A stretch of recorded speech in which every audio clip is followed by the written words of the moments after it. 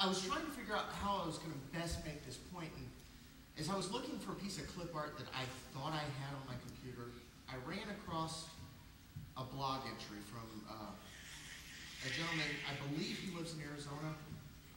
He asked me to record the service today. His name is Stephen Grayman. I hope I'm pronouncing that right, Stephen. And it's from Zanga.com, and I think he captures what I was trying to get at really well here. He says, I used to have a problem with baby Jesus. Not a problem, really, but I just didn't get why we made such a big deal out of it. I still love Christmas time, but I just didn't love all the singing about a baby. I wanted to worship the table-turning, paradigm-shifting, water-walking, culture-uprooting, death-defying Jesus. You know, the grown-up one. That was, however, until we had Noah. I remember changing Noah's diaper sometime during his first Christmas time and having this epiphany. This is what Jesus came as? A helpless, pooping, crying, fat little baby. It all of a sudden amazed me. I wasn't really big on babies before then, and I'm not wild about them now either, to tell you the truth. I like them too and over. So I hadn't actually given it much thought. But man, what God gave up to be here, what he became, what we're celebrating here, it was the ultimate exercise in humility, and it really shocked me. Whereas other people, they feel compelled to challenge nearly every aspect of the Christmas story. They feel so threatened by Jesus that they attack even going back to the virgin birth. If you search for virgin birth on the internet, you will see page after page after page. And mostly their argument centers that Matthew mistranslated the word virgin. It was just talking about a young woman, and there was another word for virgin. Why are they so threatened by this? What is so threatening about a baby? What is so threatening? I mean, I don't believe people are abducted by aliens. I've seen enough shows to know that, you know, it's a psychological event that everyone sees the same thing either because of, you know, social cues or because this is what our brain produces. And before alien abductions became popular, people believed believed they were seeing angels, and I mean the angel experiences that were popular in culture during the 1800s are very similar to the alien abductions now. But I don't spend time thinking about this. I don't spend time writing on the internet about how alien abductions are a bunch of hooey. I don't feel threatened by the fact that some, and if you are one of these nuts, I apologize, that some nuts believe that they've been abducted by aliens. I'm not frightened by that. So why do these people care what we believe? And we've all heard aspects of the Christmas story, but the part I want to center in on today is about King Herod. See, let me read you from Matthew 2 in the Message. It says, scholars from the East.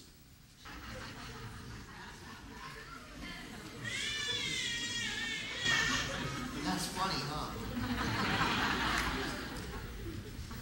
After Jesus was born in Bethlehem village, Judah territory, this was during Herod's kingship, a band of scholars arrived in Jerusalem from the east.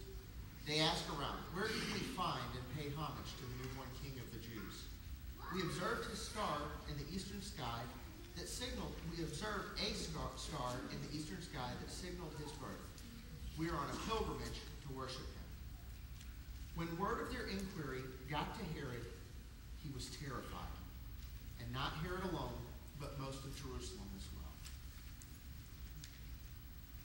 How could a baby terrify a king? We're not dealing with just any baby. We're dealing with the world's most dangerous baby. You see, Herod was nearly 70 at the time when Jesus was born. Even if Jesus had turned out to be what Herod feared. By the time Jesus was old enough to make a struggle for the power that Herod thought he was after, Herod would have been dead. What did he have to fear? See, the thing about Herod, he came at a time from a shift from the Hasmonean dynasty to what would become the Herodian dynasty. The Herodian part comes from his name. The Hasmonean dynasty, you may be more familiar with their name. The Jews just finished their holiday, Hanukkah. I don't know why I drew a blank there.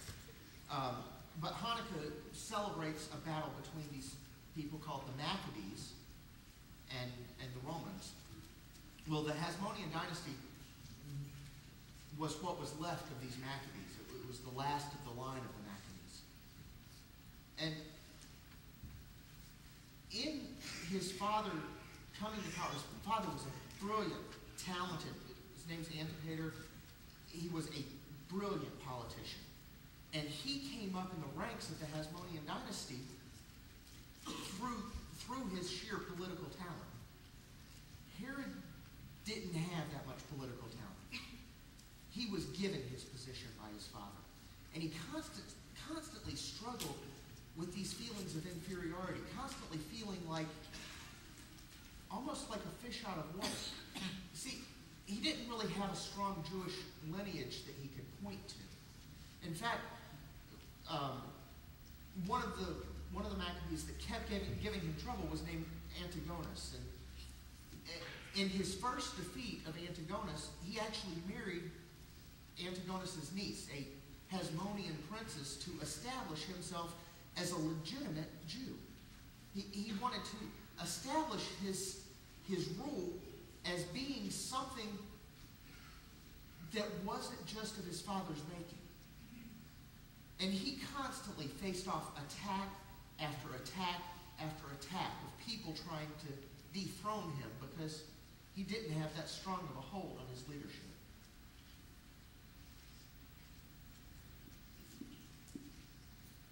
He maintained his power through scheming, cruelty, brutality. He was a despot. He ruled with an iron fist. He was a serial killer. He killed the man who was involved in the plot to kill his father, Antipater. Antipater financed the murder of Caesar. That may be a more familiar point in history for most of you. But this person that killed Antipater, he, with Roman authority, killed them. And from there, he goes on a rampage involving the murder of 2 of his wives, 3 of his sons, 2 of his brother-in-laws, his mother-in-law, and finally Antigonus after the second attempt. But when Antigonus finally overthrew his rulership, he went to Rome and he said, "Hey, I'm the legitimate ruler here. Can't you help me out?" And Rome backed him, and the Roman Senate elected him king of the Jews. So, see, I know that was a long way around, and history bores a lot of people, but understand that this is the setting that Jesus was born into. See, it wasn't just that there was this new king of the Jews that was born, but King Herod already had that title. He couldn't allow for there to be a new king of the Jews, because if someone heard there was a new king of the Jews, they might stop recognizing him as king of the Jews. But you see, when they appointed him king of the Jews with Roman authority, a lot of the religious scholars that were around him believed that this meant he was the promised Messiah. Later on in Scripture, we read about the Pharisees, the Sadducees, and the Herodians. They don't come up very often, but the Herodians were a sect of Judaism that believed King Herod was the Messiah. He believed he was the Messiah. He believed that in reestablishing a throne in Jerusalem, that he was sitting on the throne of David. So Jesus challenged him on all fronts.